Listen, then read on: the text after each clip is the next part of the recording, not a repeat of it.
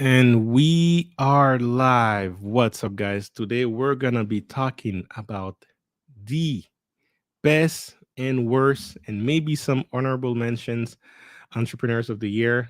Basically, it's something I do every year. We look at 2022. We're 2023 right now, so we look at 2022, and then we're kind of observing from the financial investor business aspect. What are the best and worst entrepreneurs of the year 2022? Coming up after the intro. Hey, yeah, it's all about wealth engineering.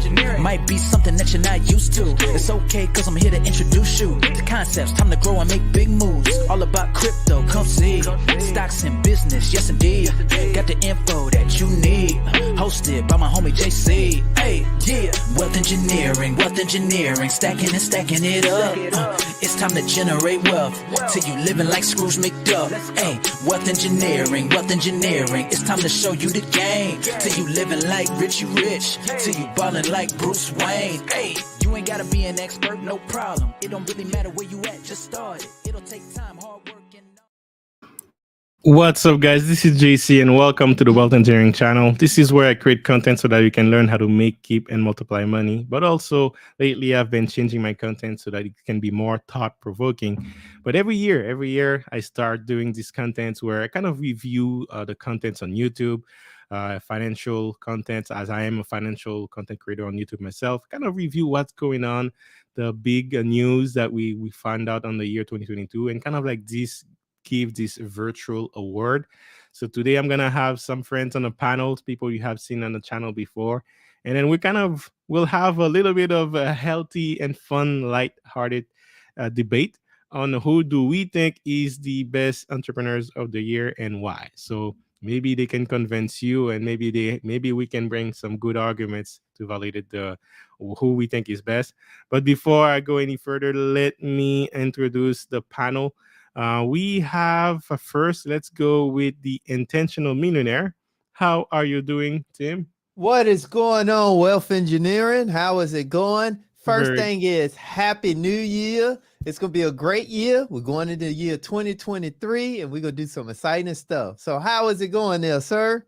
Absolutely. And thank you for bringing this up. Happy New Year to everyone watching, definitely. And we're also I'm going to ask you questions as well on what do you think we can expect on the investing, whether it's real estate or stock. What can we expect to see for 2023? And who do we predict will be the best entrepreneurs of 2023? So I may ask you that down the line, but we got some Okay. things to cover first. Let me introduce after Sam Sia. How are you doing, sir? Salute, salute. How's it going? Very good, very good. Happy New Year yourself. Looking Man, fresh. happy New Year to you guys, man. I'm looking forward to the conversation, man. We can have a friendly debate Yes, about who we think about the winners and learners this year. There's no losers out here, for real. that's it. Yeah, well, there is definitely some entrepreneurs that had a global impact, just like that globe behind you. So maybe for 2023, we hope you have your print in there. Listen, man, put my pen on there, you know. That's it. That's it. And lastly, let me bring on the panel Perry Unlikely. How are you doing, sir? Good. How's it going? Very good, very good. We can hear you loud and clear. Hey, thank you for joining in. Good. And happy New Year yourself. Make sure you check out. I'll definitely add the link to everyone's channels here. They're all YouTubers on making content on the financial niche on YouTube. And especially, I want to give a shout out to Perry. Lately, he's been killing it on YouTube. And I'm actually we're gonna be talking about some of your videos today because he has a lot to do on who I might bring on the worst entrepreneurs of the year. So shout out to you Absolutely. for your videos lately, and definitely encourage you guys to go check it out. So Thank you. so before we start any further, I'll just give and we'll do I'll ask Tim first, and then let me know from your perspective without going into too much details. How would you summarize 2022? It's been a year with a lot of events, definitely. But for you personally, when it comes to investing, when it comes to what you've learned, how would you summarize personally how that been going for you? Let's go with Tim. Oh, so for me, so is it okay if I give a twofold answer? I give for myself, but also my perspective on what I see as a whole, as a collective group. Yeah, absolutely. So for myself, I look at 2021 was a fantastic year. 2021 for myself, some goals that I had, I did not necessarily hit right on time, but also it allowed me to expand my skill set. It allowed me to be part of some networking events that helped me expand my scope, go to the next level. And I would say overall, 2021 was the perfect storm and the perfect year for me to grow. It allowed me to push myself beyond, go to another level. Um, some of those levels I didn't even see for myself. So I think it really allowed me to pay attention to one of the most important tools in your asset kit, which is your networking capabilities and your networking skill sets and your networking people that you associate yourself with. Now, so that's kind of for myself. And then for the collective group, I think 2021 really helped people identify the two different pools. Either the people that still gonna continue to learn, get better, level up, and then it also created a pool of the people that gonna still be a victim of their circumstance, a victim of situation. Because 2021 was definitely the year when you sum it all up, because the markets changed, real estate changed. We started the recession, interest rates was high, inflation was high, everything, job layoffs. So we had a lot of things that experience, and I think it really cut people open and allowed them to identify which pool do they fall in. So that's my overall scope on 2021 as a whole. Man, we couldn't put this any better. Let me say hello while we're here to Wally. Thank you for being here, sir, and supporting the channel. Salute to you and happy New Year yourself. Looking forward to see your content out there this year. And I want to see also the sponsor so far, the sponsor of this channel. Let's go, J Bones, with the $2 super sticker. Thank you very much for consistently supporting the channel. And shout out to Samsia as well. And I'm sharing the link also to other people so you can join in. But thank you very much for this. I think yeah, I could not have put it any better. So shout out to you for that. Let me pass it along to Samsia. So how about you? For you, what have you learned basically for 2022? I know the intentional millionaire talk a lot about growth. How about you? How would you say that 2022 helped you in your growth as an investor or a millennial investing and looking to learn more? Yeah, so for me, I do a lot of passive investing, so my investing is more so associated with investing from a retirement standpoint. I'm not doing any active investing at all. But I can say that, one of the things that I've seen happen as I've paid attention to my portfolio, I think that you just have to understand that, you might have seen like your valuation showing an increase at the beginning of 2022, right? And just seeing how the market has corrected, and then you see those what seem to be increases, you see them going into a corrected state, somewhat similar to what you might have seen when you initially first put the funds in, maybe about 2 years ago. So I can say that, given that I understand how the market works, and that anytime that there's a correction in the market, there's a recession, it doesn't mean that I need to be selling any of my positions. I think it's helped me out to really to stay calm and not to worry about the things that are going on. As it pertains to what Tim just said about real estate, it was wild. It seemed like it was the wild, wild west that we had going on, where a lot of properties were going over as $50,000, $75,000. I even heard about something going going $80,000, if not even a few $100,000 over ask. And I said this to you guys earlier this year, and I said that I don't know if it's fair for big Wall Street or for big money to be out here in Main Street. It's not fair, and it doesn't really make sense for us to be allowing the big fish to be out here swimming in the creek or swimming in the pond. So it's been really humbling. And so seeing that the market's corrected, and also observing that a lot of the chatter around sell your house is no longer there. It kind of tells me that maybe right now is the time we should go ahead and take action if you're in the proper position, just given that I don't think that all lights are going to be green when it's time for you to take action. But that's what I take from it. And I think that the people who are truly in position, they will take action. Man, absolutely. You're right, man. Don't wait for all the lights to be green. And there is definitely some lights out there that are getting green when it comes to as we understand the cycles of investing and know when is the good time to come in. So we can agree on that. How about you, Perry? Going back to you, 2022. I know you work in real estate yourself. You invest a lot in that. But as an investor, an entrepreneur, what would you say you learned 2022 looking inside back in it? Oh, I think you're on mute. All right, my bad. No worries. So I've learned a lot, but I think for me, it's a lot of confirmations that I got, on certain things that I knew. For example, the market, we've talked about it. We've talked about things can't go up forever, and stuff like that. But seeing it finally shift and it just being a test to me of, did I shift with it fast enough? I lean to say I probably didn't, but I handled things in a good enough way where I was fine and did extremely well. But it's just more so a test for me. And then a lot of things like 2021, just beautiful year. 2022, obviously shifting market challenges, but also with a lot of things that have happened in the crypto space, specifically, it's really taught me that, because I always think about how I approach anything with the channel, anything with teaching people stuff. And I'm extremely conservative in terms of the information I put out there because you got people paying attention to you. So it was interesting to see kind of all the fallout.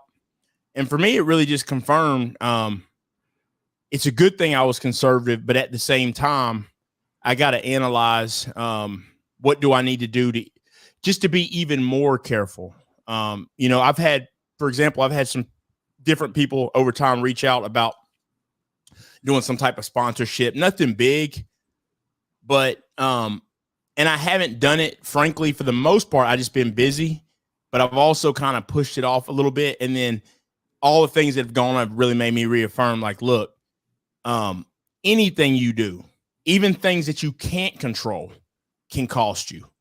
So you really have got to, you really got to be willing when you step in with and associate yourself with anybody. That's me, associate myself with you guys with me. Anything you do, it is going to come back up at some point. And what people do in their personal lives is one thing, but when people are entrusting you, when they're talking about investing and stuff, you better have some receipts, And so that was a confirmation for me because I've always tried to do things on the up and up. But what's going on in the past couple months was a sheer confirmation, man. So a lot of learning this year.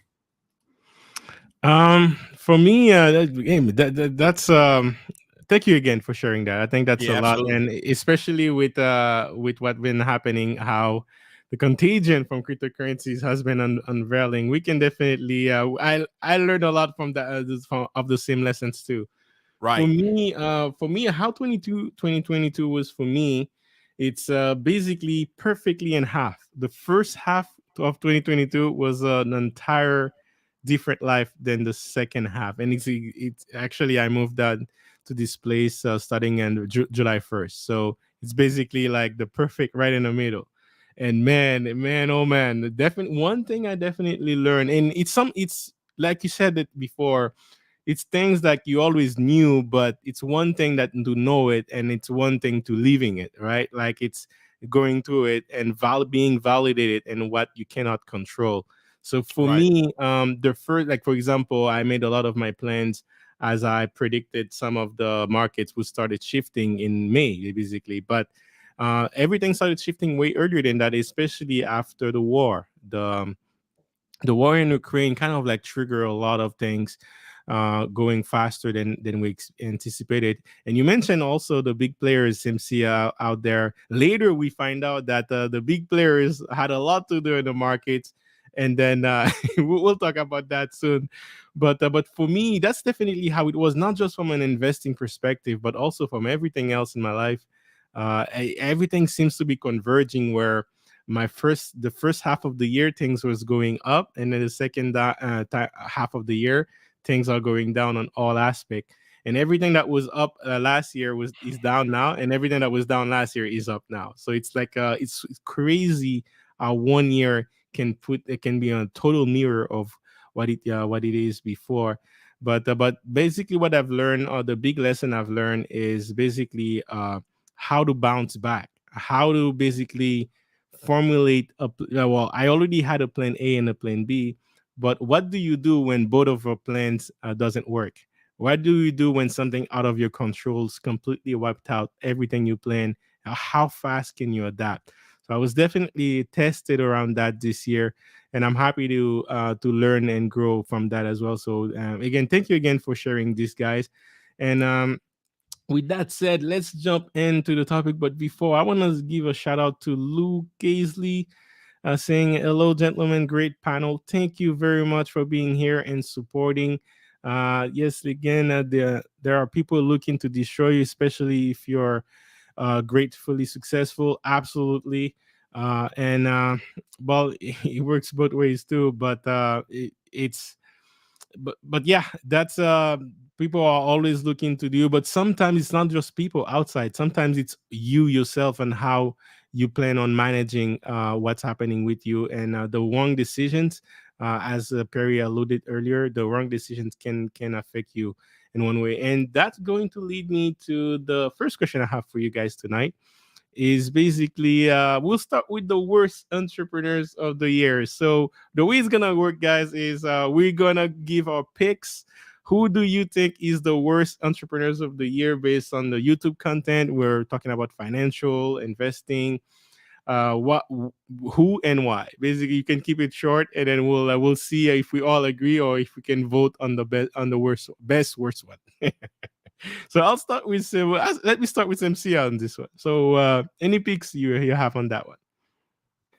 Yeah, I don't know. I think that as far as the worst, I mean, if we were judging just in the last month, I'm seeing everyone saying that Elon Musk is the first man to ever lose $200 billion in net worth. So I don't, I mean, I don't know if it's fair because it's not realized, like it's not in stone. But from a valuation standpoint, maybe we could say that about him. But I mean, I don't know if he's losing any sleep over it. I don't believe it. But from a volume standpoint, I would say him, just based upon what's been described within the last few weeks about him being the worst business. Well, him losing $200 billion in net worth. We're gonna definitely talk about that. As so you put Elon Musk as one of the worst ones. He's the homie. Him and I are the same countrymen of the it's same. Nothing personal. It's just business. Him and I are the same guy. But yeah, I'll say him for now. Yeah. Hey man, we'll don't worry, man. Like I said, it's nothing personal, just business. We'll be talking about that. But just to give weight to your argument here, this is an argument that came out actually one of the last weeks of 2022. It says America's richest lost 60 billion collectively in 2022, and Elon Musk basically lost the most with basically 200 billions. So this is crazy, and that also gives you kind of like give you a picture of how 2022 was. The market went down in phenomenal ways, and I think many of us can feel that. But let me pass it along to the intentional millionaire. So what are your thoughts on that? Who is your pick, or maybe your second pick, or if you have two in your mind, you can't make up your mind. Yeah, it's fine. You can share them. We'll vote on that. But who is your pick for the worst entrepreneurs of 2022 and why? All right. So my first one would be Carolyn Ellison. which was the CEO of Alameda Research for Sam. Why is she the worst? Because a lot of people may say Sam, but I think he actually was a mastermind to be able to orchestrate that. Because now, so because how most people look at his action, yes, it was unjust, it was unethical, he stole, he defraud. Yes, that's true. But to do it at that massive level, he had to create and construct some serious systems. I mean, so I can't take that away, but for her, if you know, I just saw a clip and just to hear the way, you know, her conversation, her talking about just the math on how she orchestrated the situation, I just felt like it was a 10-year-old running a company. I mean, Oh man, actually, and we're not talking. And here's the thing: we're not talking about millions. We're talking about billions of dollars here. billions of dollars, man. Let me play for the people out there that may not have heard it. Let me play with you what he's referring to right here. So give me a second. Let me put this together and let's go. Yeah, absolutely could pull it off without my math degree. Use very little math. Use a lot of like elementary school math. Being comfortable with risk is very important. We tend not to have things like stop losses. I think those aren't necessarily a great risk management tool. I'm trying to think of a good example of a trade where I've lost a ton of money. Well, I don't know. I probably don't want to go into specifics too much with that. Yeah, right there. Like, oh, let me take off a trade, and then he's like, maybe that's not something I should be talking louder because I have lost billions of dollars in trades because I haven't put trade loss, right? Like not putting like a stop loss in your trades. That's crazy. And that these are not great tools. That is crazy, yo. I put a stop loss on $100, man. And she's talking about billions. Right. I'm talking about it could be a half of a percent of what I've got in the total market. I'm putting a stop loss just because why not? And she's talking about no, it's not effective with billions. It's right. Crazy. She has a lot of faith. Crazy. Wow. Because the whole goal of investing is to minimize the risk. Mm-hmm. You invest in different things. You want to know the risk so you can know then what can I do to minimize the risk by investment strategy. And a stop loss is a way to minimize risk. So you just take all the risk away. According to the CEO of one of the multi-billion-dollar company, right? These are not great financial tools. These are why these companies are worth billions, and then we're not at the $1 billion stage. And I do just want to point out real fast so people don't get it twisted. She's very smart. Right. Just in terms of we're talking about parents are educators, but at MIT, but not even that, just full ride to Stanford, the highest of the highest in terms of mathematics, as high as it gets in the whole country. So it's puzzling, but just because your book's smart does not mean you have common sense. And that's where she clearly lacks some level of common sense. So and I'm gonna piggyback off of that because that's why the reason I chose her for the worst entrepreneur, right, is because what most people tend to think, they think smart equates to success business. Just like a good example, I done seen in my own family people that's great with kids, but they're horrible in relationships. Yeah. You see what I'm saying? So a person could be, and I know a lot of people that's book smart, but they have no common sense. They're great employees, but it won't necessarily mean they'll be a great CEO.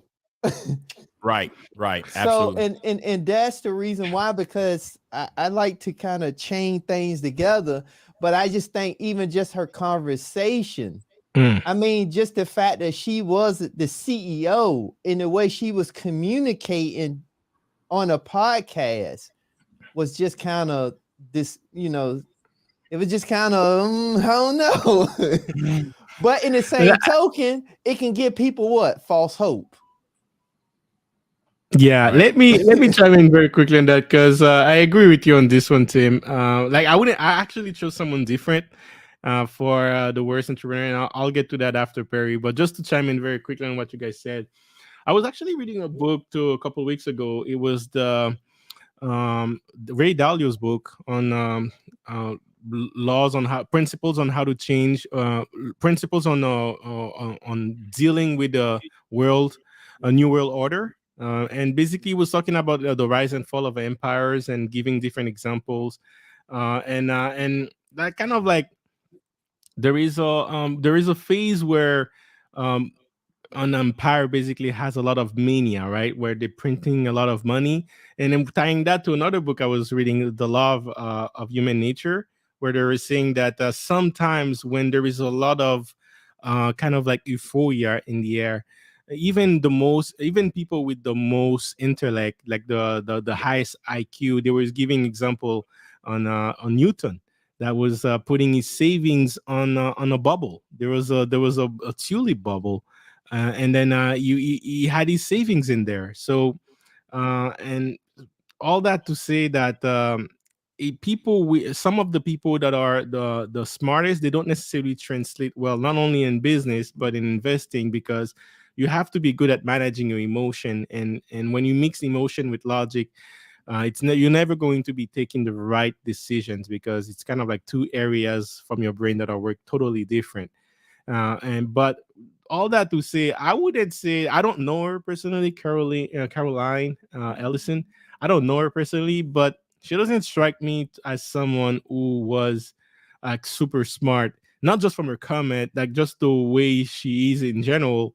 And the reason why I'm saying this, it's maybe it's not because people go to like Ivy school that they are smart. Like you can have great contacts, right? Your parents might be well connected, and then that could actually ease you up the ladder without necessarily having the skills. Why some of us have to work so much harder to get there. So we can definitely say that Sam not Sam, but Caroline also, they're both well connected, to say the least, and they might have used some of that influence there.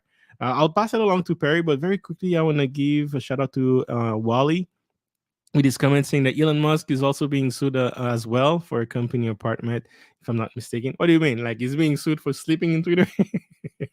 I don't know, but I haven't heard about that, but I'll look it up. So Perry, what are your choice for the worst entrepreneur of the year, and why? So mine has got to be mine's got to be Kevin O'Leary.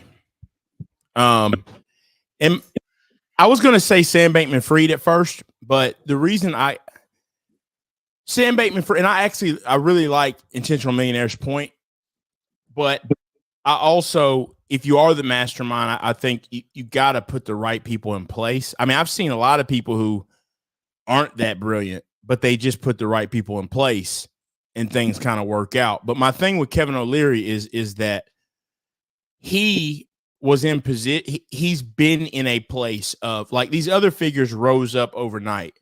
This guy has the nickname Mr. Wonderful. Now, granted, I don't know, he might have named himself that. I'm not sure. But still, people roll with it, right? So this is a guy who has had to navigate this space for years and then turns around.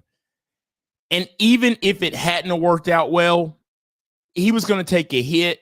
But then, knowing there's billions of dollars tied to it, still continues to basically ride for Sam Bankman-Fried, and just all over the news, the headlines. It's just real ugly. And for someone like that, I think he's just hurt his image worse than anybody else really could have. Because at the end of the day, if you think about it, Kevin O'Leary's whole thing is investing. His whole entrepreneurship and all that is investing. So for him to make a bad investment, and then the fashion that it's happened, or to be perceived to have made a bad investment, versus at least Elon, right? That's bad, but Teslas are good. At the end of the day, a Tesla car, when we see it, we know it's a good product. That'll be the same way they were talking about how his net worth went up. It comes down, that's basically happened to almost anybody who's in the market to a degree. So that's why I think these other people, it's a little bit different. But Kevin O'Leary, he doesn't have a product per se. He is the product. So it's almost like an NFL athlete taking an axe to their own leg. That's why for him, I think it's got to be him. He's essentially hurt the product. Outside of that, I would say with Elon, I think the Twitter thing, Elon's going to be fine. He's smart. I just wish Elon had kind of left Twitter alone for a while. Some of these guys just, and some of it's deeper than just getting bored. It's putting money somewhere to save and things like that. But I just don't know that he should have taken that on with all that's going on right now, in my opinion. But ultimately, I think he'll be fine. Kevin O'Leary, I'm not sure he'll ever be fully trusted again to that level. He'll be fine. He's got money, but I got to roll with Kevin O'Leary. These are great points, man. Elon Musk as the worst. Tim with Caroline. Kevin. I'm happy you mentioned Kevin, by the way, because I was actually going to propose his name as one of the honorable mention for the worst entrepreneurs of the year. Yeah. And that alludes to the video you made. Shout out to this video again, guys. I'll definitely point out to this video because it was a well-made video, short, straight to the point. Thanks, but man, I've learned a lot from it because I didn't know anything about that. So I actually went and did more research after you done that. So I took a lot. And you're in Canada, right? And I'm in Canada. Yeah. And bro, I used to drive all the time next to the TSX. Like Toronto Stock Exchange used to be like down the street for me, man. Like, and well, you know what lesson that teaches you too, though, man.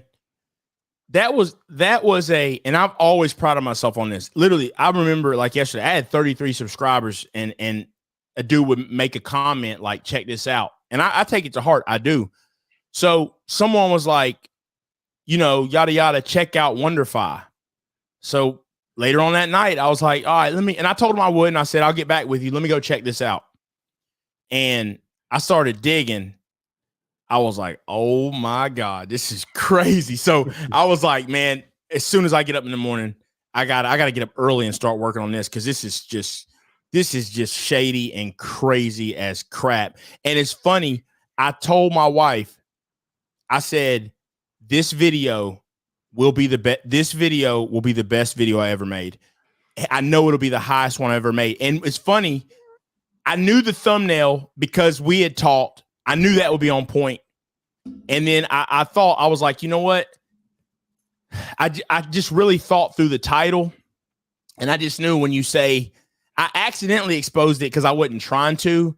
And I was just kind of on the other side of it. Like when you see something that says accidentally exposed, the first thing that happens is like, hold up. How do you accidentally expose something? Like, and then, man, it's crazy. I've never seen. Now I know other people can do those types of views in what took me like 3 or 4 days. They can do it in like 45 minutes, but it's the first time that it's just the first time I've ever really seen it take off like that and stuff like that. So yeah, it was absolutely crazy though.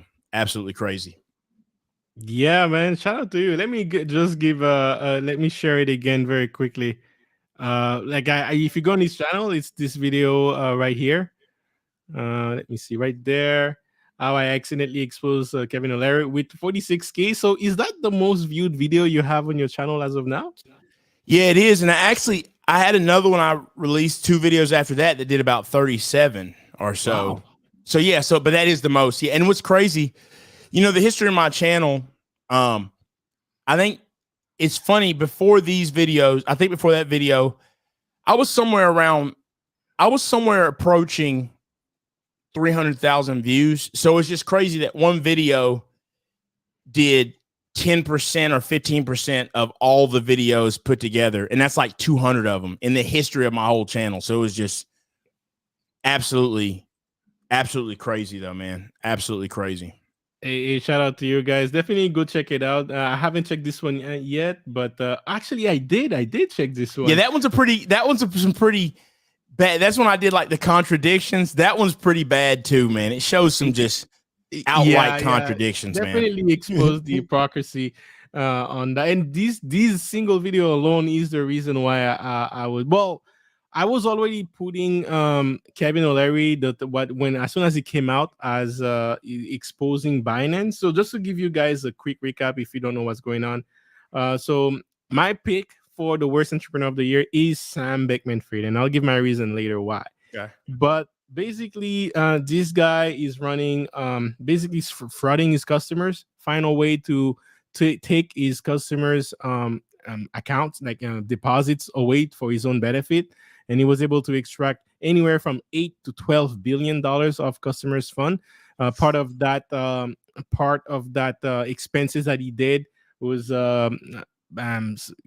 getting the rights to the FTX arena, which is located in Florida for the NBA. There is Crypto.com who's doing that the same in Lakers, and I'm a big fan of Crypto.com. But as soon as this thing started unraveling, I kind of became very cautious. Even with Binance, I became very cautious, right? So with all this contagion happening in the cryptocurrency world, many people are blaming Sam and telling him, hey, what he did is illegal, he should be in jail.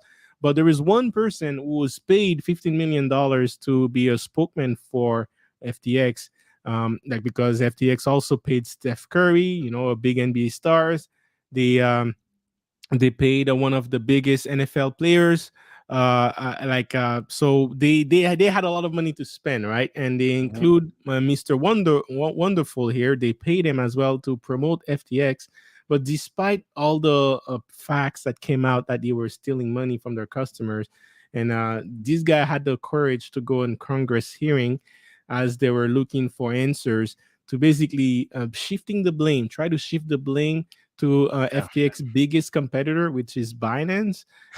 But indirectly, he's doing that to benefit from this because he has his own crypto company, and then now he's using all this drama to target his biggest competition so that he can sort of, in a way, rule the crypto in North America using his WonderFi company. So that's what I took from it. And that was not that's definitely putting his integrity out there. Right. One of the biggest laws of power, 48 laws of power is your reputation is everything. Protect it with your life. And for him to be risking his reputation like that for the sake of money is just I don't know. I think I disagree when you say he's not going to go well. I think these guys can they have great contacts in the media. They have ways to kind of and people forget easily, right? He'll come. I do think he'll come back. I do think he'll come back. And let me just tell you this real quick. This was so big. WonderFi, there's a lot of comments there, like maybe 400 or 500. WonderFi commented on it. It's actually BitBuy, who I guess was bought by WonderFi one way or another, and they're just like, hey, they're basically saying, hey, Kevin, they actually told me they invested in FTX as well. Wait. Slow down. What do you mean BitBuy commented on your video? On the video, yeah, which WonderFi, the company I was talking about, they actually, I think they had purchased BitBuy. So whenever they saw that, they said, hey, we just want to clear this up. Damage control. Yeah, they're like, he makes his own decisions as an individual investor. And we did disclose that we invested in FTX as well. So I didn't even know that when I shot that they also had invested in FTX. So all these companies, man, they just all invest in each other, man. Yeah, then that's why the contagion in the cryptocurrency is bringing everything down because they're so tied together. Yeah, the exposure. They're going down together. And going back to how your comment in CI earlier when you were talking about the big guys, it's not fair for them to be playing with the small guys, especially in an unregulated market. Right. Well, we see how all this is unraveling, and it's funny how we all four on the panel, 3 picks that we chose is all on the crypto industry. Whether we say Caroline with her comment, whether we say you with Kevin, what we're criticizing him is shady tactics in the crypto industry, and then me, I say Sam Bankman-Fried. To me, he is the worst because how complex he tried to keep the business model and private at the same time raising fund just like a public company. But he's Yeah, raising fund like a public crazy. company, but keeping everything private without having to disclose everything. And in the facade that he had portrayed with him, he definitely took some genius to pull this off, playing with people's emotion, trying to portray the image of a good Samaritan who has to pay people to say, "Hey, I'm the most generous billionaire in the world." Like right then and there, when I heard the YouTuber Graham Stefan say this, I knew there was something fishy, but I didn't actually look forward more into it. I wasn't too my crypto of preference is KuCoin and Binance, so I didn't really like pay too much attention of an FTX back then. But Yeah. but when he said that, I heard him say that on a video, and I was like, wow, this is too much leaking there for a man. Like as a YouTube content creator, you should do better than this. Like there's no reason for you to go this good to go like this for a man like that. And man, little do you know how all that is affecting is reputation as well. And as honorable mention, I would like to mention the FTX, the Millennial Money channel, and all the Yeah. four big YouTubers that were part of that as some Yeah. of the as not necessarily the worst entrepreneurs of the year, but as honorable mention in that category because of they chose to take FTX money to promote without doing background research. And I know that they knew something fishy was going on and they kept pushing it. That's the problem. Most people didn't know because Sam Bankman-Fried did a great job hiding things. But when you're dealing with him and you don't abide by what he says, he has tactics on trying to force you to do it or get your money back or something like that, right? He's trying to bully you with money or trying to bullying you with the contracts, and that alone should have raised a red alarm to YouTubers like Graham Stefan, like the other guy, Meet Kevin. Like they didn't say anything, didn't they try to protect their reputation now, but I would put them as honorable mention. But definitely to me, Sam Bankman-Fried for having to still stolen anywhere from 8 to 12 billions of dollars, still found a way to get out of bail with the $250 million bail on him. So Yep. And all let me is the reason why I would put him. But anyway, healthy debate. Let Who are we going to choose? There can only be one. let me add this real quick. Something else, man, is that Kevin O'Leary tried to do like Shark Tank. Just so people know, on Shark Tank, it's very TV like, and when they do invest in these people, the questions you would ask is, now those people aren't going to have a board, right? But what's your balance sheet look like? Like, show me the balance sheet. But for a company like FTX, who are your board members? I mean, these are basic level questions. Mhm. And when he said, "Oh, I don't have one," I mean, that there's no way in hell you invest in billion-dollar companies and you don't have a board, you have no advisors at all. It's just, I don't know, man. But It's Perry, But I he think wanted. Yeah, go ahead, Tim. Oh, I just want to say this. I think because he knew what was going, I think he already had a hunch, but I just think he saw the opportunity. The question I would say is, do you think that maybe the reason why he's still promoting it because he's still getting paid? well, let me explain something though. Just so you know, and I'll go ahead and crack it here because I'm releasing a video tomorrow. What people are confusing about, the whole thing people are getting confused about Kevin O'Leary, he never did invest in the first place. He never invested in FTX. That's why he didn't give a damn. He got paid $15 million. He Right. had to put part of that $15 million in the account. He didn't lose a dime. He never Right. put a dollar of his own money. Right. So that's like saying, "Hey, I want you to push this Coca-Cola. Say it's better than Coke, and it's pure trash. It's Kroger brand Coke. I want you to push it because we're paying you this much." But then he proceeds to go on TV and act like he actually invested. He never invested a dime. He has lost nothing. He's still up, actually. Yeah, but You know? he very basically quickly. promoted through the bartering system. Basically, that's all he done. That's Very all it quickly. was. All it was, and that's where what gets me and why I think it's the sleaziest, you're acting like you invested and you're known for investing. You go on here and say we did lots of due diligence, just like Tom Brady and them. When it's a commercial, you're not doing no damn due diligence. If you're doing a commercial on the Whopper, are you trying to see where the tomatoes come from? There's no due diligence. But he's acting like he was an investor in it. And that's what really makes me mad about him. He's trying to play this off like he's an investor. And then I see other comments where I saw him make a comment about this industry is so messed up. People aren't even going to invest anymore. You know where they're going to go? They're not going to fool with the U.S. They're going to go to Canada. Well, I'll be damned. To the company in Canada that you are that you actually have invested in. So he's just, man, it's just so sleazy, but it just is funny because a lot of people think he actually invested. He invested nothing. He's a paid spokesman, but he was acting like it. And that's what, and he talked about how much he lost. And the last thing I'll say, I'll shut up, is he's like, you know, my losses, I that. I saw in front of Congress, you said 15 million, you talked about taxes. Well, in front of Congress, you sat there and said they gave you a $3 million true up. They gave you 18 million, 3 million. They even paid your damn taxes for you. He lost nothing. I mean, it's just sick, man. It's sick. I don't want to say I've never seen anything like that, but for someone who has an image like that, I don't know that because here's the deal. You're still up. I think I calculate he probably still made about 4 million off of it. Don't ride this ship, man. Just shut up and disappear. But he just kept on riding it out.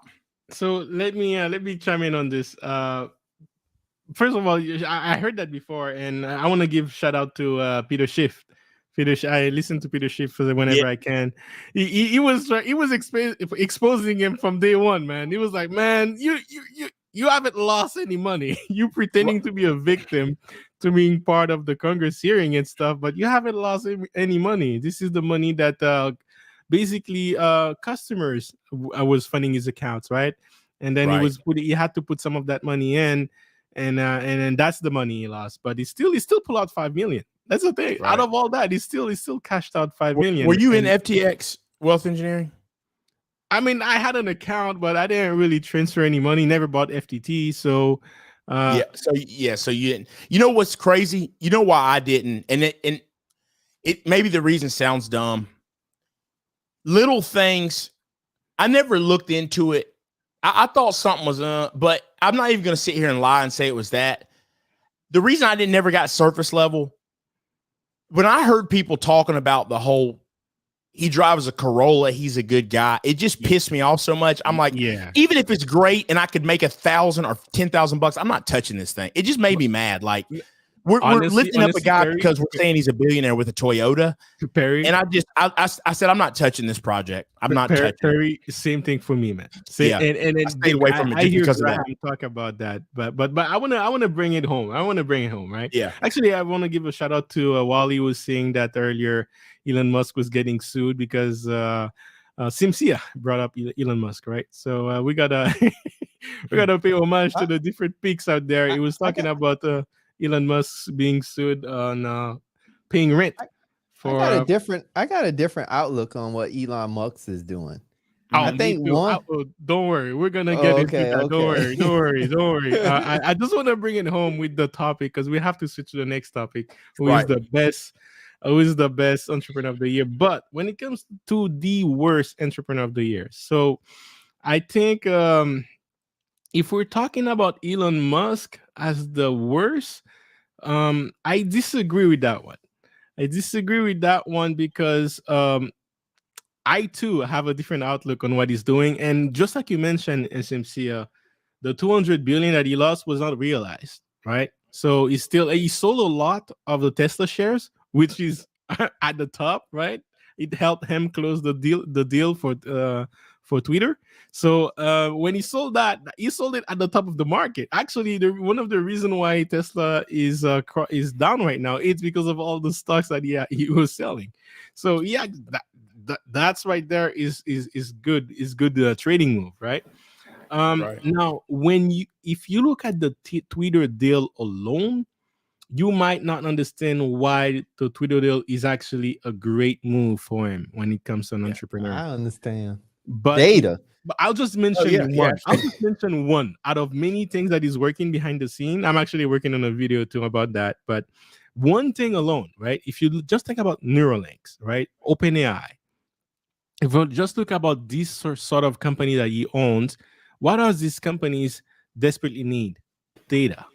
What is one of the easiest way you can gather data? Twitter, right? So just like you said, the town square of online. So this is an easy way for him to gather and distribute a lot of technologies out there. So from that alone, data is the new oil out there. So for him, we can talk later on that. But I would remove Elon Musk of the list of worst entrepreneur, because the 200 billion that he actually lost, he's not realized. The market can go on other direction, and then he's gonna get all that within 3 months, right? So let's look at it from a money losing perspective, decision that led to a lot of money being lost. Well, in that case, I guess I won, because Sam Bankman-Fried basically went from being worth over $20 billion to being allegedly having only $100,000 on his account. So do you guys have a rebuttal with my comment right here to support your pick? No, I mean, at the end of the I was just at the end of the day, he lost because he's facing 150 years in jail. I mean, that alone is that. I mean, there is no competing with, even if he lost $15 but was facing that time. Me and my brother were talking about that. Nobody's prepared to do that type of time, especially not at his age. I mean, if you're 75 and you're going in there, you might, but at what, 30 years old? Yeah, he's screwed. He's screwed. Shout out to you, Ludovic. And yes, this is the guy that was asking for vegan food in prison. So, so what are your thoughts on that, Simsia? Yeah, I mean, I'm not saying that Elon Musk lost everything, right? I mean, it's of course it's unrealized. It's just based upon just the valuation at that given moment. I mean, we could throw our other boy on there, Mark Zuckerberg, and him and the metaverse fiasco, So we could talk about that. And they said that fiasco actually caused the company to lose about $600 billion in valuation. Yeah. So this is actually more of a loss for him than it is for Elon Musk and his action, because he's having to lay off so many people behind the scene. He's too advanced on what he's trying to do, and there is no demand on the market for his product. So he's putting up billions and billions in research, but he's not going to get the benefit of all those research not until 5-10 years from now. So that's where he's definitely an honorable mention. We can agree on that for sure. For sure. Yeah. So I mean, I'm not completely disagreeing with you. And I mean, I think Sam Bankman-Fried is pretty much super obvious as the one, but I mean, I wanted to speak to someone who has been a part of the conversation recently, as far as what people have been saying. The first person to lose $200 billion, and anybody who's involved in any investing knows that a lot of that stuff is unrealized. So it's only going to happen if it was to be something that he actually withdrew out of the accounts. Yeah, and we can agree on that too. It's not like the Twitter taking over was not all sunshine and rainbows. There is definitely some problems out there from his perspective, from the employee's perspective, and running all that. It's not going to be an easy ride for him. But I think it's too early for him to put the verdict on him yet. But definitely the takeover and the laying off, that's not a good plus for him at all. The way the layoff happened, that's definitely not happening. But to his defense, I would say, man, the Twitter fiasco is such a problem right now. Like, drastic action needed to be taken to have any change. Where I disagree with Elon is the fact that he's portraying himself to be an advocate for freedom of speech, and then a month later he's starting banning people that's not agreeing with him. Like, come on, man. But I think though I think he got a backdoor strategic move. I think the reason why he wanted Twitter is because he wanted to capture data. And I think that he's looking at Twitter as a way that he can get access to other competitors that's in the electronic vehicle space.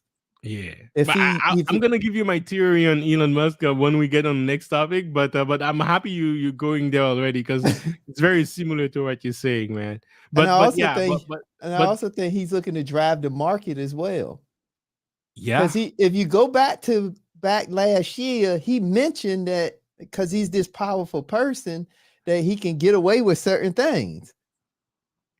So I think he used the Tesla share buyback as a way to show that and prove to himself that he could force the market. But then he's going to now come back and use it to benefit from the market.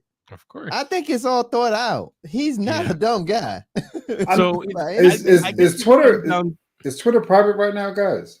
Yeah, it is, man. Oh, okay. So yeah, it's the Wild Wild West for real then. Oh yeah, it's total. It's like it's the whole. Think about it this way: imagine a multi-billion dollars worth company that has almost no boards. There is no there is no investor that keeps the CEO in check. The whole board, the whole investors, and the CEO is one person. Hey, I just watched the Steve. I had to go back and watch the Jobs movie. I don't know if you guys remember watching the Steve Jobs movie. Yeah, right. Ashton Kutcher, or and if you think about it, right, along the lines of what Tim is saying, if you think about, you tear it down, right, from what it is, and then you build it back up the way that you want it to be, and then you're going to have some buy-in from the people who are now on board or on the team. Now they're going to be subscribing to your philosophies and your ideology, because the mistake could be said that he's made the mistake of taking his mindset that he had for his other companies and applying it to a publicly held tech company that didn't have the same sentiments that they had to consider, as far as someone who was in leadership, Yeah, I guess I see you guys want to jump in, but so I'll let me close in the chapter on the worst. I think Perry won this one by not because of his pick, but because of the argument that he mentioned for Sam. Regardless of if we're talking about money wise, nothing can beat freedom and time, man. And if all his action not only get him to not enjoy any of the money he stole, but this time as well, looking to face so many years in prisons, might even look to die in there. So that has to be. And imagine going a couple months ago, guys. This is the guy that Forbes was putting up there, right, as one of the best entrepreneurs in the year. He had the associations of all over the world with shaking hand with ex-presidents, right, paying lobbyists. Like he was shaking hands with everyone. He was a member of the World Economic Forum, right? He has his good friend Kevin O'Leary there. Like he's shaking hands with the elites of the world. All that, guys, just 2 weeks, in a span of 2 weeks, he went from basically $20 billion down to $100,000, having to hide, right? Having to like be sending cryptic message on Twitter, getting arrested, being enduring the basically living with rats in the Bahamas prisons, and then now being shifted to California, where he's being treated well for now.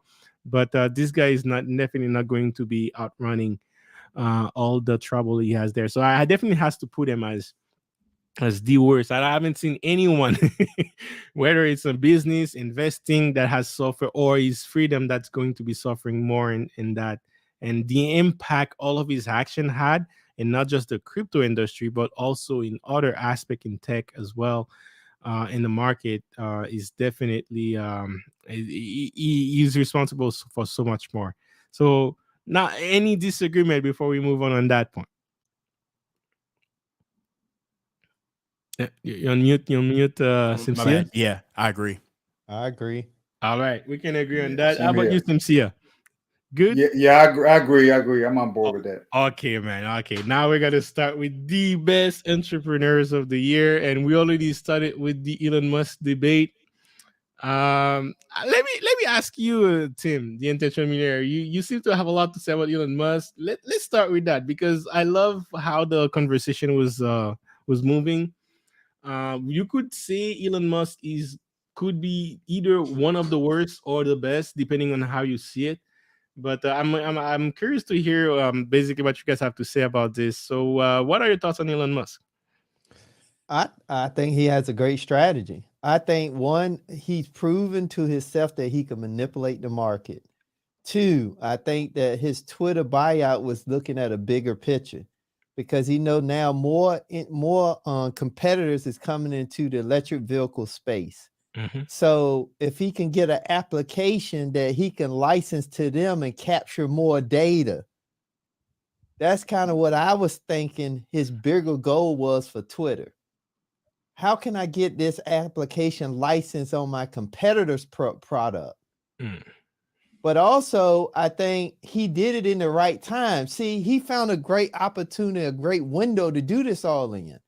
Because he done it in the time where we in the recession. Other jobs are laying off and doing a bunch of different things. So he came in right now because you remember, he was not going to buy Twitter at one point.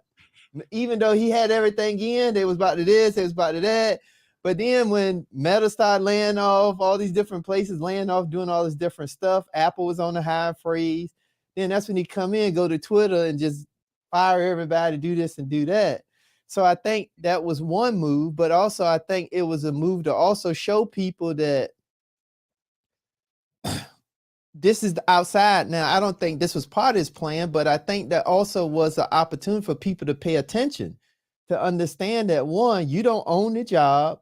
Two, if you're not doing what you're supposed to do, management can come in and do a review of what you're doing. And if you don't meet the expectation of the companies, they can let you go. Because, it was people that was, working from home on the boat, never went in the office. People was eating lunch for free, all the different stuff that went on. So I think he just had a strategy, but I also think the fact that people are saying, he's also making himself more relevant. Why? Because he's in the spotlight, regardless of what people think, because now people is going to be more in tune with everything that he owns. His name is more in the public. So that gives them more opportunity to get in people's mind. The more you get in people's mind, the more opportunity you get for something. Whether you want to persuade, influence, decision-making, whatever it may be. But I think because the thing people always do is they say the negative stuff up front, but then in 2 months, they're going to forget about it anyway. Of course. So while you add it very quickly, who Will is also Smith. who is who will also you pick for the best entrepreneurs of the year? Would you put Elon Musk? I give you my 2 honorable mentions right now, and these people that I know. But they're not necessarily in the financial space. But I will say one is because his second course. So I get TLA an honorable mention. Why is that? Because his second course is something that does relate in the financial space, because his second course is really geared around, understanding when you take on any type of business deal, entrepreneurial, or whatever it may be, you go in the gate with an exit strategy, which a lot of people don't do because they become employee of their business, meaning the business is them. They don't have an exit strategy. And that was the danger in a lot of the mom pop organizations from back in the day. They didn't necessarily have a business strategy. It just work. You turn it over to the kids, work. But now when you get to the next generation, don't necessarily want the business. They hate the business. So then the business end up getting snatched up by somebody that got more opportunity. You lose it, so the family name goes away, the legacy goes away, or it just go unkept, ran down, and then there you go.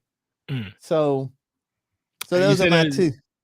Okay. So wait, you said 2. The TLA, and then who else?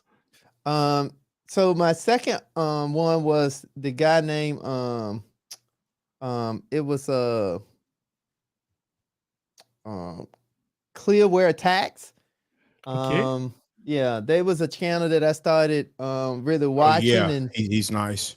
yeah. And so He really got some great information, and he been really dropping some bombshells. So I thought it was an honorable mention. But now the next person, my best. Now this gonna be kind of controversial for people. I already know mine. We probably got the same person. But my best is on the thumbnail. I would say Andrew Tate, but not necessarily from the standpoint of relationship, but just the mindset, the makeup, the DNA of what you really need to be thinking about to build something. Yep. To have ownership of something. To make you, for you to be a man. And I think that, see, for me, it's not even really about, I say Andrew Tate, because it's not really about the business, the entrepreneur, the making money. It's about you being the actual product. Absolutely. So, we can definitely elaborate on that. But I want to give someone else a chance, because I started with the Elon Musk discussion first. First of all, does any of you put Elon Musk in your honorable mention or not as the best entrepreneurs of the year? I do. I definitely do. Okay, so let's start with. So I'm gonna say I would put Elon in my, what he's doing. I'm gonna call it unrealized gains. Right, what he's doing today is going to be massive. Okay, because thing about Twitter too is it's the real social media. Like, it's basically open. It's like open. I mean, so you're getting the realest on there. A lot of these other ones, people got to hold back. It's just that Twitter's wide open. So so the data is the cleanest. Like, for example, if you go to, if you can see somebody rough around the edges on Instagram or like Facebook, well, you go to Twitter and see them over there. You talk about rough around the edges, rough in the center, the edges, the top, the bottom. You get the truth over there. So I think as far as a data perspective, that's the real deal down the road. So I think it's just not going to realize it right now. Now, my reason for Andrew Tate as number one is I'll be honest with you. Two people, and we're all in this space. Andrew Tate's the only one I've seen be able to capitalize and do it extremely well, better than Kevin Samuels. And Kevin Samuels is extremely good. It just was a more smoother kind of thing. And the thing about Andrew Tate that I add on to it is, because I know that he was making from the money aspect, and I can't vouch for the product. I don't know. But I know at one point he's making like $6.5 million just a month off the course. I mean, and let's face it, how much can you really learn in this course? It's like there's things to teach you crypto, things to teach you that, things to teach you that. And the reason I'm skeptical about stuff like that is I know how long I've been in crypto. So you're not going to tell me somebody's going to fall into some course they pay $50 a month and they're going to be great at crypto. It's just not going to happen. I mean, but the way he's put it together, the way he's been able to tap into what really, I mean, it's almost like a cult, honestly. And I think even for people not on the inside of that, you just got to respect the rise and the way that he's garnered attention. I mean, let's face it, man. He's been talked about more in the past 3 months than the Kardashians. And he did it like that, and no sex tape either. You know what I mean? So it's just crazy. There might be one. Well, there might. Yeah. Let me take that back. But it's his rise though. Watching that rise, and it's just happened like. But the reason I'm giving it to him though, when we talk about entrepreneurship, it can't just be about the money. If it was just about the money, we could have said that 6 months ago, Sam Bankman-Fried was the best entrepreneur. His is the go-to-market strategy. He strategically knew what he had to do. And even all the content we saw pumped out about him, that was even built in there. Like, we get paid by talking about him, and you're getting paid from YouTube from talking about him. It's like a double whammy that just keeps on so that's why I would give it to him, regardless of whether people are, agree with his views or not. Yeah. Let me give it. That's my take, though. Let me give it Cynthia a chance to respond to that. But first of all, you were talking also about Elon Musk. I know I asked. We basically Elon Musk is definitely one of the lists for your worst entrepreneur of the year. You had your reason why, and also can you mention who are your picks for the best entrepreneurs of the year and why, and also what are your thoughts on what Elon Musk is doing with Twitter? Yeah, so I mean, I think that he was the worst as it pertains to his valuation being reduced, but not so much him executing a specific strategy with a given entity. I still think that he's right now, because it seems like he just has like a multi-pronged approach, right?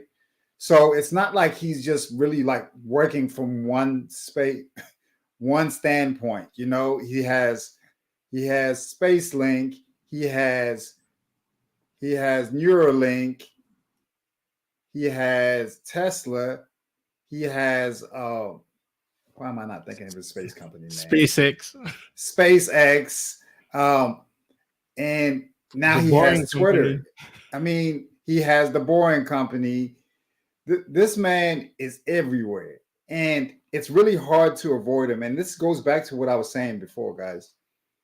Going back to those guys who were part of the group that helped build PayPal, there was something that happened in their culture, in their community, when they were sitting up there building PayPal, where everyone has went on to make successful products out here in the marketplace. Google, I want to say YouTube exists as a result of two guys who used to work for PayPal, and it's just really interesting the things that have happened. Now, in reference to his Twitter play, I think that it's along the lines of what you guys are talking about. Every company, as I'm watching now, I'm seeing like the insurgence of like this chatbot GPT. Everything right now is all about data acquisition, man. Data. And it's almost the only way you could avoid having your data captured. You'd have to have a flip phone. You'd have to have a car that's from like the 80s that barely has a computer on it, and you'd have to go work hard in order for you to not be tracked, because now even the CCTVs are capturing us everywhere with facial recognition. So I say that the one of the biggest plays from like a regular business standpoint is definitely Elon Musk.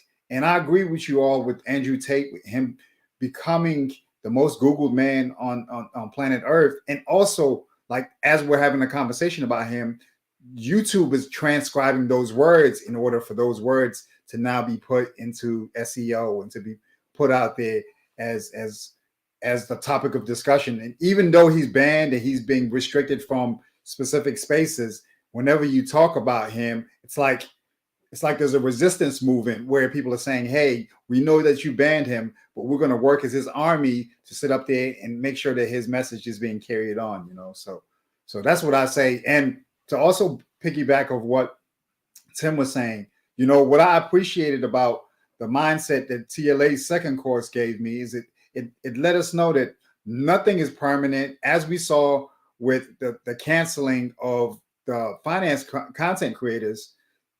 Like the money that you're making today, you need to have a strategy on what you're going to do with it, because the person that you might be cool with today or advocating for today, they could potentially do something that will come back, to ruin your opportunities going to the future. So you need to have an out for whatever it is that you're doing right now. Hey man, greatly put. Shout out to you for that, and shout out to Okima. Happy New Year to you as well. I see the Lioness Biography. Thank you for being here and supporting the gentlemen on the panel here. Me, very quickly, I wanted to show you guys this picture right here. This is the thumbnail that I had my team made last year for a video I was working on. That was my best entrepreneurs for the year 2021. And these were my picks and why. So I know I know if you watch the whole video, you'll understand why I have every single one of them in here, including Fresh and Fit, right? But I like what you guys mentioned about the lead attorney. I had him there, and I actually like also what you mentioned about Kevin Samuel. And the reason why I'm also choosing this year Andrew Tate is because after Kevin Samuel passed away, kind of like when people were looking for who's going to take the baton, right? Who's going to bring the message along? And he was able to bring the message along far further than what Kevin Samuel could have done, and in such a speed, right? Such a speed, such an entertaining way. And now there is something. Oh, YouTubers are making course and teaching on what they call the Andrew Tate model on how to yeah. You can pay courses right now where you're going to learn strategies on YouTube on how to expand not just YouTube but social media in general. And then yeah, there is this strategy being taught out there called the Andrew Tate model, right?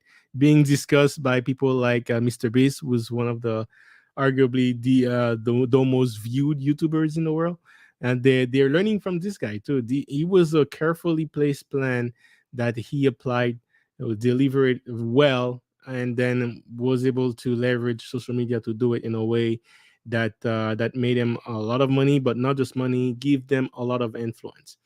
And one of the reason why even last year Elon Musk was on my list, it's because if there is one thing 2021 validated is the influence of Elon Musk and how he was able to influence the world using social media, right? So the move that he made to buy Twitter in one way can be seen as a way to protect that influence that he has, because Jeff Bezos bought the Washington Post, if I'm not mistaken. He has a large like media that he bought, but nowhere that he has the influence, nowhere that he has the imprint on the society on how Elon Musk has, right? And but the big picture that Elon Musk is targeting is basically his X project. He has a project called X.com. Prior to PayPal, that's what he was working on. Then after a kind of partner with Peter Thiel, sold PayPal, and then went ahead and built Tesla and SpaceX with the money that he made. Now he kind of like want to bring it back to his initial project, his initial vision, what he had for X. And Twitter is the first phase of that. So by basically exactly what's happening with China and WeChat, where basically they're using this one app to do everything. He's basically trying to create an environment where he's going to have one app to do everything in the Western societies. And his influence, the level of influence he already has, is going to help him do that. And he's very innovative. You can already tell from the first 2 weeks of him owning Twitter the innovation that he's pushing ahead. And in a way, it's great to see the innovation that's going to be there. But in a way, also, it's also scary, because the amount, imagine if you had so much people on the social media and like WeChat, where you're not only chatting, you're using that to exchanging money with each other, you posting everything, like you're receiving your paycheck via your Twitter account. Like this could be all innovation that he placed out there. The amount of data, the source pool of data that this is going to be generated will be a dream come true for a company like Facebook. But the thing is, it's not getting when you put that along with the OpenAI, right? When you put that along with the Neuralink, it's kind of like shaping to be a scary outcome when he's just too much power for one man. And including Elon Musk himself is saying too much power corrupt, absolutely. So I mean, Elon Musk is not the first one who says that, but he's definitely aware of that, as he has said it himself. As he said also, AI can have too much power. So the verdict is still early on Elon Musk on how he evolves, but I wouldn't put him as the 2022 Entrepreneurs of the Year, despite his moves that can lead him there. I agree with Perry when he says it's the $200 billion he lost. It's not necessarily a loss. It's kind of like unrealized gains. I agree, because if my research is right, and if he's leading towards what he's leading, not just Twitter, but he can be the first trillionaire of the world, right? So he's only losing 200 billion now, only to be pushed up even higher. He could be very well be the first trillionaire of the world. And this move that he made with Twitter is a serious move when you look at the big picture. But It's just that he's selling it short by saying he's only here to respect freedom of speech. That's BS, because he has proven that within 2 months he has proven that he's willing to take actions when these and use his power to his advantage, and that's also a reason why I'm saying it's scary, because if that's what he's willing to do now with Twitter, imagine what we'll do if he decides to cancel you. Like Andrew Tate was canceled, and this is one of the reasons why I'm putting Andrew Tate as the best pick for 2022, because you guys, I agree with all the points you mentioned when it comes to the message, when it comes to delivery, but man, the marketing strategy that he has done, it's the best, because anyone can sell a course. Yes, you can put and he has a way to make it enticing enough to people out there, keep it a lower price, but the method of delivery that he selected, or he basically created, is outstanding, using human nature against them to for rise and fame. Like, it's the only thing we can hope, that he's portraying a great image or good message, as opposed to a bad one, and using that for good instead of bad, because he was very influential. And despite Elon Musk being the most influential of 2021, Andrew Tate surpassed them this year by being the most influential person in 2022. And for that, I put him as my best pick. But I'm happy you guys mentioned TLA as well, because he was also one of my picks for last year, and not just for his course, but for the way that he basically understand the game of streaming and leverage that to compete with some of the biggest streamers in the world out there. I actually showed up some of the numbers of last year. He did a great job doing that, and be able to compete that, and find multiple ways to monetize it for 2022 by providing a lot of value. These are great, but to me, when we're looking at impact, money, income, when we're looking at influence, strategy, marketing strategy, Andrew Tate, I think, wins it all for me this year. It was almost obvious. But anyone has any comments or any points, disagreement, or follow up to that? Oh, that was spot on. Yeah, it was spot on. Yeah. What I think is interesting, the what he professed way back in October was that, first they cancel you, then they lock you up, and then they take you out. So it's just interesting that people were saying way back. I don't know if it was October, but someone had it broken down. They said that before the end of the year, right before the beginning of the year, that there's going to be some massive action that's going to be taken by the Romanian authorities against him. And so to see it playing out during the holiday season, and that being videotaped almost what seems like end to end, And I don't know if it's going to work the way that they thought it was going to work, given that, he was able to kind of speak to it ahead of time. But yeah, so. But man, it's just that imagine in January. I knew him because I was watching Fresh and Fit stream, so I knew him from there. But imagine in January, just like we were talking, I started the stream earlier saying that your year can really switch from one to the other. And as an honorable mention, I would like to mention Just Pearly Things as well. You see her all over the place on YouTube.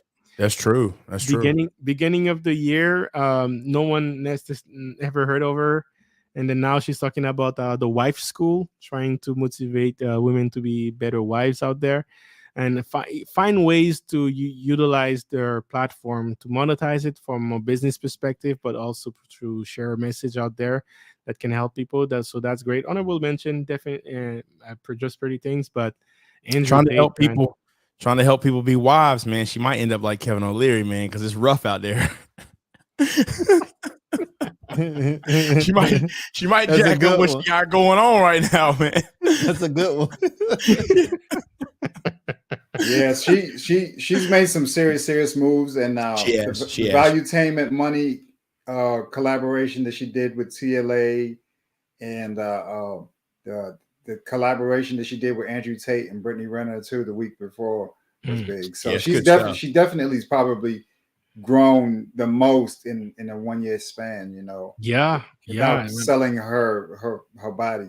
Just pure I think the content. only one I've seen grown that fast was Kevin Samuel. Honestly. So that was some definitely honorable mention. I was trying to put her on my thumbnail, but Andrew Tate's face took too much space. Yeah, man, that thumbnail's cold, man. I saw that, man. That thing is nice, man. As soon as I saw it, I was like, man, that's a good thumbnail, man. Yeah, thank you, man. Shout out to Hey, you. you know when you don't need no words on it, it's Right. it's all there, man. Yeah, there was no space for words, man. Right. But man, yo, Andrew Tate have done this year is I've never seen someone reach immortality so fast. Like, and that's one of the reasons why he doesn't really care what happens to him. He already predicted, right? He already predicted what might happen to him. And if something happened to him, like Andrew Tate's name is gonna be staying like a verb or something like this. And the level of for him to reach that, when in January most people didn't even know who he was. This is crazy. This is genius. But there is so much we can learn from. One thing I learned from him also, man, be diversify. Last year around that time, I was already looking into having citizenship in other continents. Like I was already looking into that. But one thing I learned from him, man, is definitely don't have all your eggs in one basket. And even if you diversify your investments, but diversifying also your freedom, your location is a huge factor right there. That can helps you preserve some of your wealth. So I'm learning from that in him as well. But yeah, Andrew Tate killed it this year, man. Killed it. Having so much influence without making an account on TikTok, like so much influence. And if you break it down, guys, what he did is the same business model as affiliate marketing, right? You could go on a website called clickbank.com, get an affiliate link of any product you might want to promote, put that in any video you want. Some people do that, and that's how they make their income online. But instead of doing that, he kind of like create his own uh, his own product, which is a model that I actually replicated myself, because I feel much confident promoting something that I have done. I can stay but if someone comes for me, I can defend it because I've built it, right? I much prefer to promote something that I have done. Going back to your comment, Perry, like it's very easy to go, and you won't do your due diligence if someone gives you 15 millions. Like if someone gives you 100,000 more than what the competition would give you to promote Yeah. something. Like if even if you're rich, these are things that is in itself is a lesson. That Yep. is in itself is a lesson to show you guys that we might be there and say that they did it wrong, but I don't want to judge them too much, because it's hard to know what you would have done if you're in their shoes. And I have to look at myself and ask myself this question too, like what would I have done if someone like FTX was giving me all that money? If Steph Curry, Tom Brady are willing to put their brand at risk for that. So am I any better, right? Like all that money, is it wise to say no? So this is why also I respect Valuetainment and Pat Bet David, because he has always stayed true to his integrity, and regardless of how well the money goes, and that's a rich man also. So this is as we're not necessarily there yet, but this is a way to reflect on that, because we might be there. Perry, you might have one video one day that might reach 100K, a million K. Right. So testing your integrity with simulations like that can definitely help you deal better with future things that may coming, because we're here. It's easy for us to criticize people like Meet Kevin or Graham Stefan, but we don't know what we will be done. Like I want to buy a plane one day, so if that's the money I needed to buy a Yeah, plane, I that's don't know. right. Yeah. So it's definitely interesting to say the least, but I reflected a lot about integrity this year as the Sam Bankman-Fried drama was unfolding, and trying to understand who I want to become as a content creator, as a man, and what am I willing to stick my word for, and what I'm willing to die for as words. And I've been reflecting a lot on that, and yeah, and I have a lot of respect for Valuetainment because they could have promoted FTX, right? They could have promoted him, but they haven't promoted anyone. And the only thing I've seen them promoted is Mid Connect. They promoted that with Andrew Tate on one of the most viewed podcasts on YouTube was Valuetainment's podcast with Andrew Tate.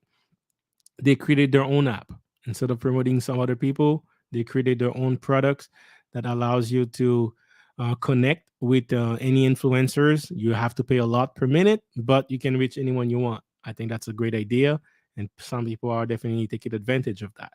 So, Yeah. like me personally, I would love to talk to Peterson, Jordan Peterson. I have a Yeah. specific question for him about designing a personality test.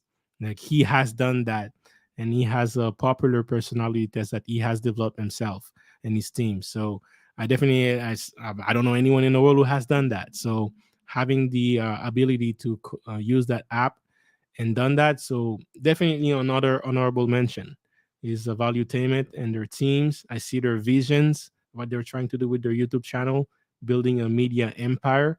I think that's ambitious. That's great, and that's good for them. But man, going back to Entertain again, man, everything this year on YouTube at least revolve around Entertain, and I think that gives credit.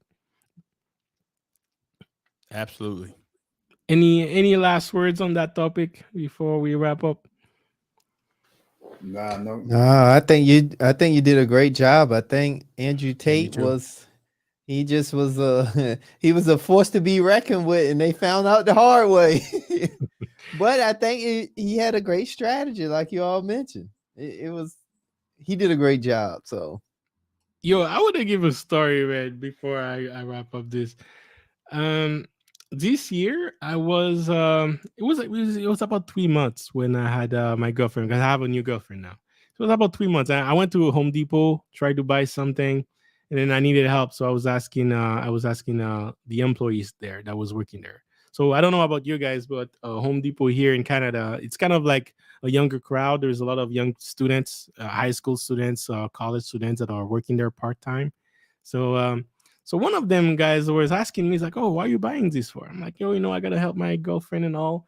And then next thing you know, this guy were talking to me about Andrew Tate. He's like, this guy was like, "Oh man, you're a top G." I'm like, "What are you?" I'm like, and then after these guys, but the sad things is these guys were telling me how hard it was for them to talk to girls, man. Out of nowhere, they were starting telling me this, and they were asking me for help. And I was like, wow, there's a serious problem out there, and I understand why a man like Andrew Tate is having such an influence now, because there is seems to be a problem out there, man. Like that was surprising to me. Like I'm barely asking you a question, and the next thing you know, we're talking about your problems with women. My question is though, does it work? And I mean that not even against him. My thing is, man, us being at an age where, look, we all remember not having a cell phone. This new generation they've never seen that. So like, you call the house and you got to speak to the girl's dad first, or mom, or whoever, and then be like, "Hey, can I speak to?" So I just wonder. I do think you can get a shot to the arm in terms of courage and stuff like that, but in this world where we don't legitimately talk to people and meet people in the same way, are any of us fully fit? Is anybody fully fit to tell someone who's 21, 22 how to connect with someone their age? Like, I can tell them how we used to do it, right? But it's just changed so much. I just wonder, And I think that the way that communication has changed is the reason why all these people are struggling, because you hear all these people struggling about dating and this and that. And it's just like, man, I mean, I used to just walk, just say what's up. I mean, or I was around enough of them where it's like, hey, what's up? Or they'll talk to me or whatever, man. So it's just crazy that where the world's more connected than ever, it's more struggle than ever. So I don't act to know. I don't have the answer, but I just wonder, is there really anyone who can honestly help people with that? I don't know. I hope there is. I know you can make people feel better about it, but can you really help a guy get girls and can you really help him transform? Right. I think yes, but before I talk, I want to hear if Tim and Simsi has anything to say about that. I'll let Sim go first. Yeah, I mean, it's really tricky, man. I mean, because the culture along the lines of what you're saying, Perry, is different. A lot of very anti-social social activity. Communicating via text message, and for me, I always felt like text messages was just too slow. And I'm 38, right? So I can say for 25 years, my voice has been deep, right? So ever since I was 13, I can't use a voice to my benefit if I'm using text. I mean, I could send a voice note or something like that. But, I mean, like younger girls, they don't know they're drawn to that until they get a little bit older, a little bit of maturity in them. But yeah, I mean, I agree with you. They have to understand what they even find attractive, and it's a lot of still like soul searching and figuring out what it is exactly that you like. So I understand what you could say in reference to that, but I think that if you just look at the general posture and the attitude that Andrew Tate carried with him, I think that it's going back to restoring manly man or a man's man, and not someone who's folding up for the sake of the cancel culture and fearing that if he doesn't do what the people think that should be done, then he's worried about, losing his ability to support himself. So I still think that his general posture is good. And, it's hard to really know, because along the lines of what you were saying, wealth engineering, I discovered him as a result of the Fresh and Fit podcast way back in the day, probably in 2021, when I really first came around him. And I saw that he had some posture about him, but like the things that I saw him doing in 2022, man, it was like massive floods throughout the entire internet, where he was just making sure that people were talking about him every single day. So yeah, I agree with you all. Yeah. How about you, Tim? What do you guys say on this, on Perry's question here? Can you help those men? I think I agree with Perry. I think that you really can't, because it's a external outcome that it has changed. And have women respond.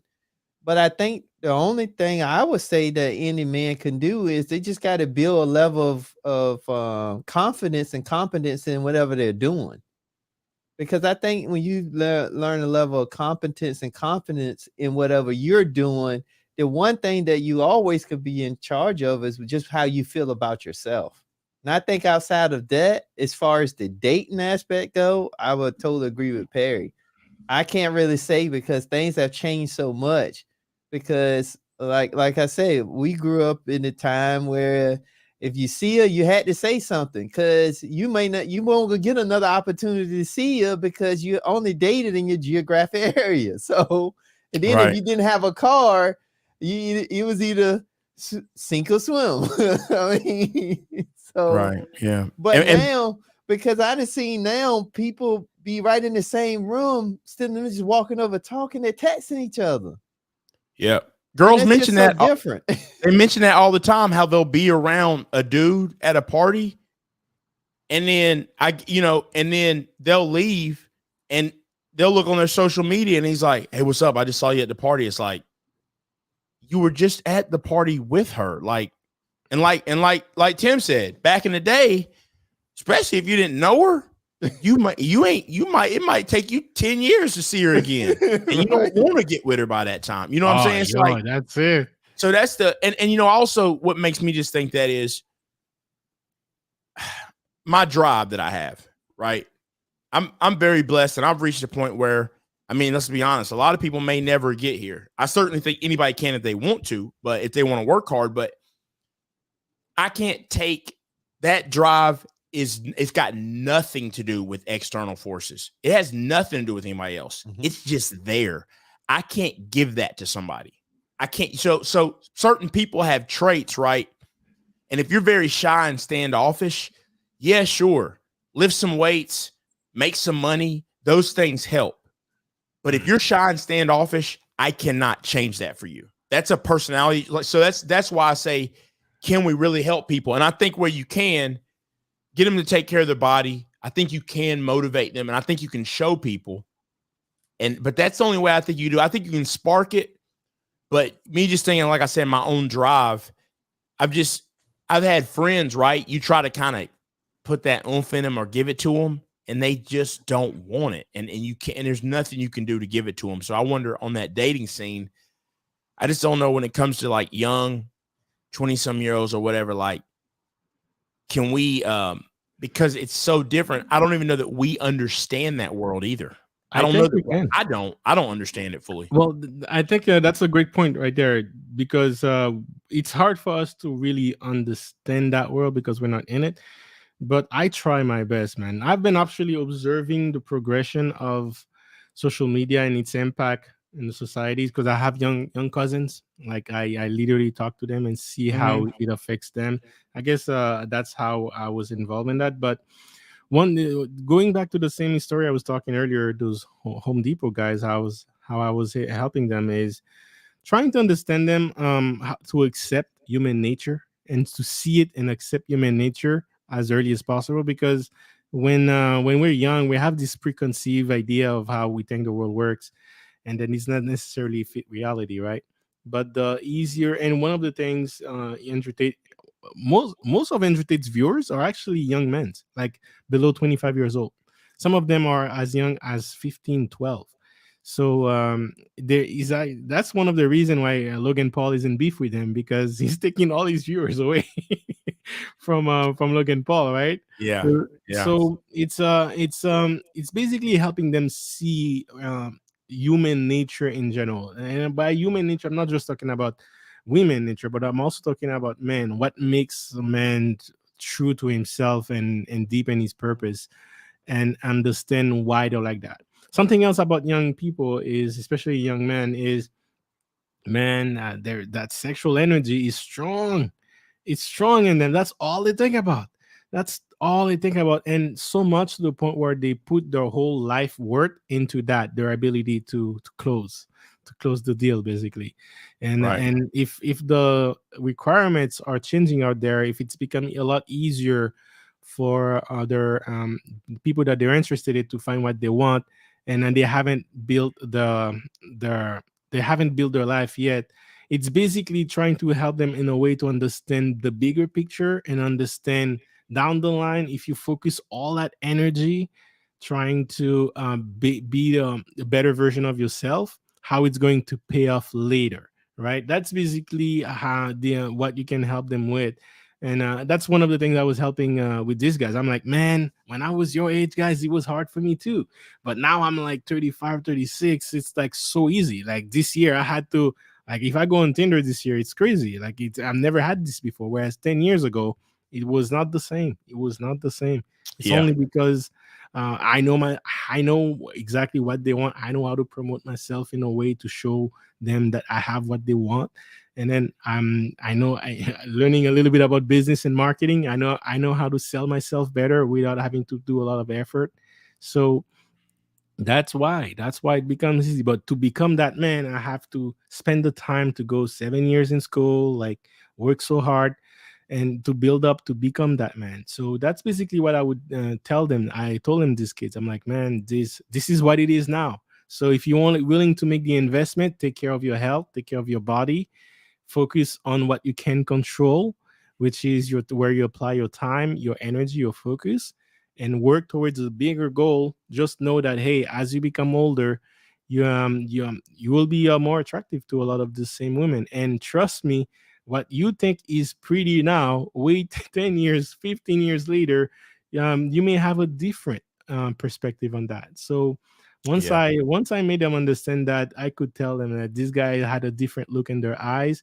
They kind of like resonated with what they were already hearing with Andrew Tate. And it's just interesting. It was eye opening to me to see how internet fame, what I thought was a virtual world, was actually translated into the everyday's life. As I was just buying something on Home Depot, and then the conversation that we're having every day on the internet was exposed there too. So that goes back to the influence of Andrew Tate and the impact he have done in shifting that what I thought was go down down the drain on the Western world. Like those interaction is it wasn't necessarily productive for societies, but I think we're learning how to better manage it from both sex, male and female. Mhm.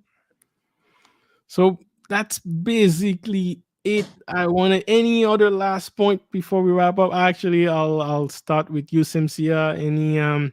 Any point you want to have for conclusion, or as we wrap up?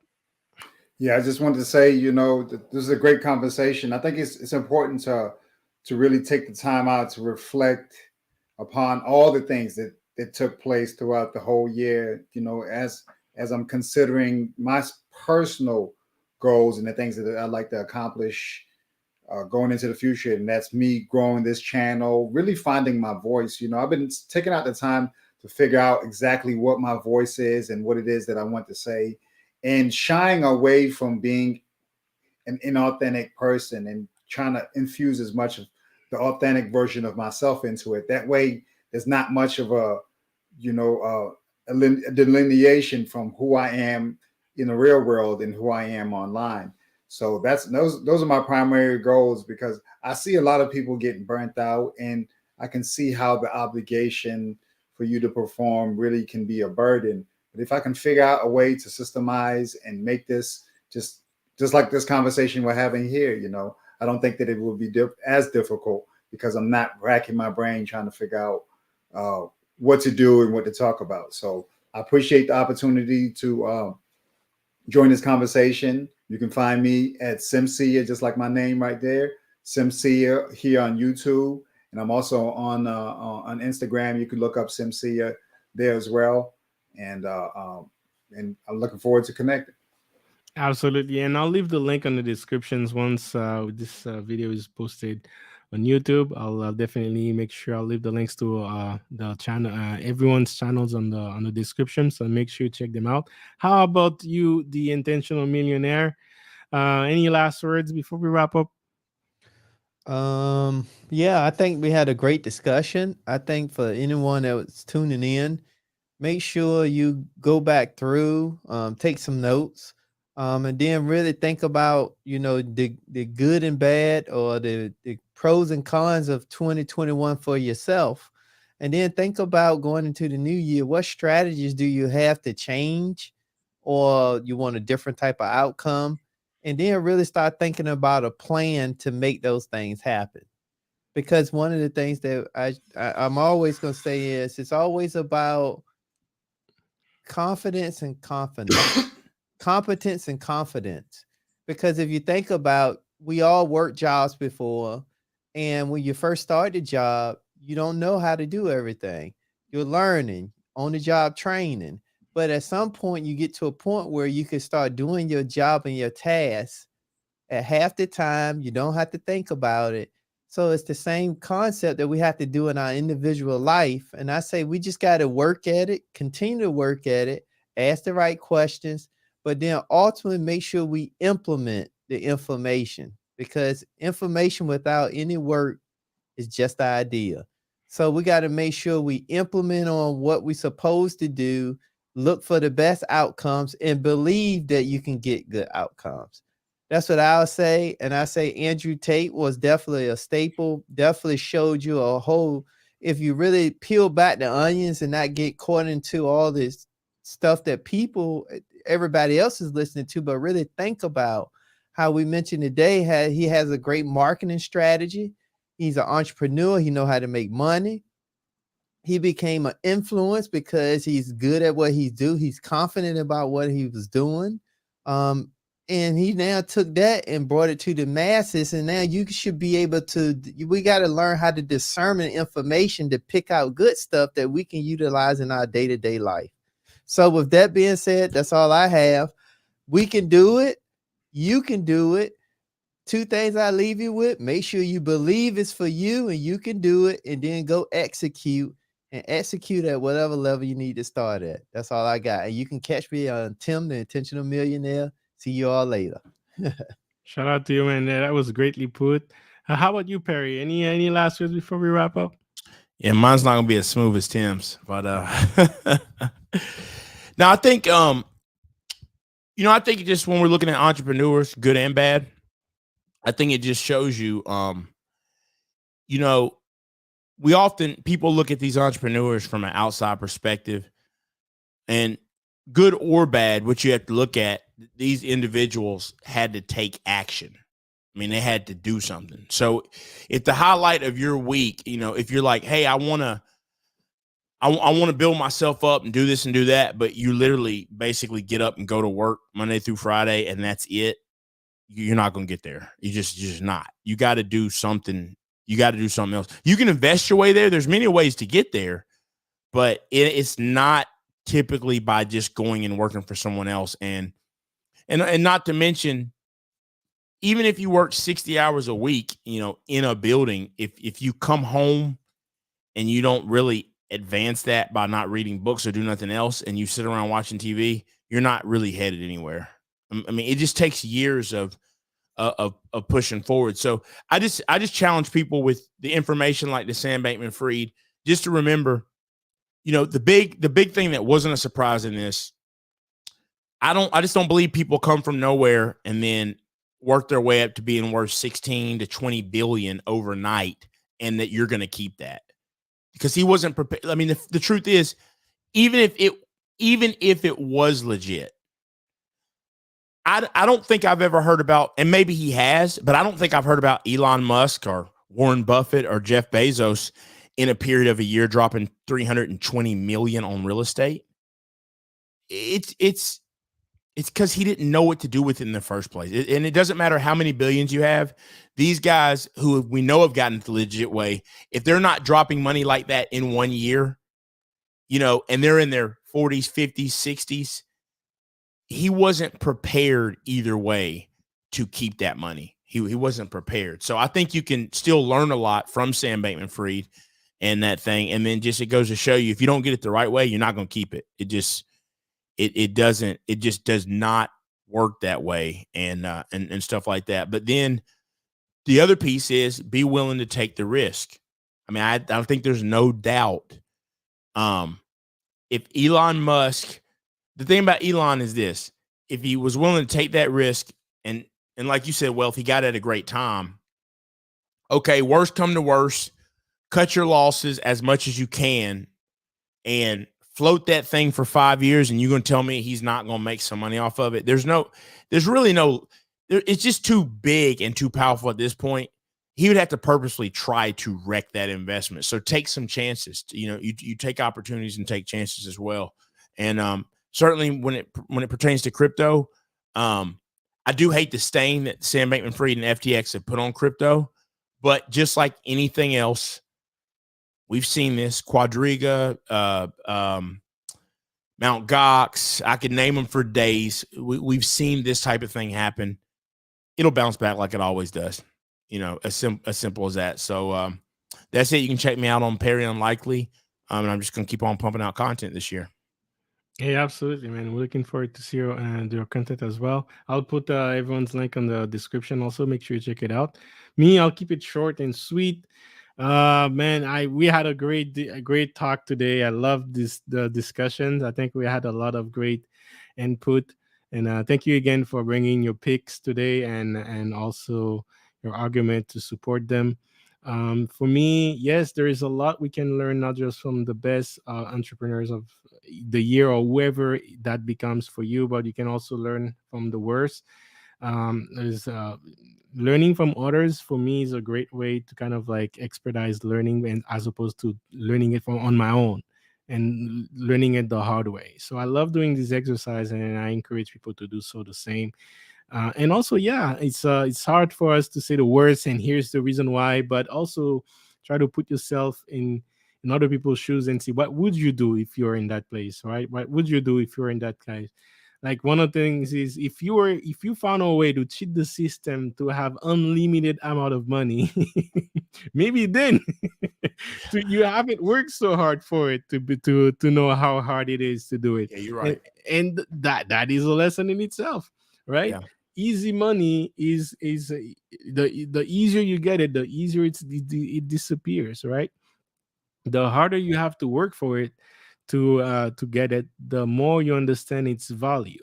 So yeah, that's definitely where it comes. There is a lot of event that happened. Started with the war, the markets going down, that triggered the bear market earlier in the crypto world. Now we're seeing all the corruption or the bad event that happened in the cryptocurrencies. Binance, honestly, Binance is looking good, but we never know.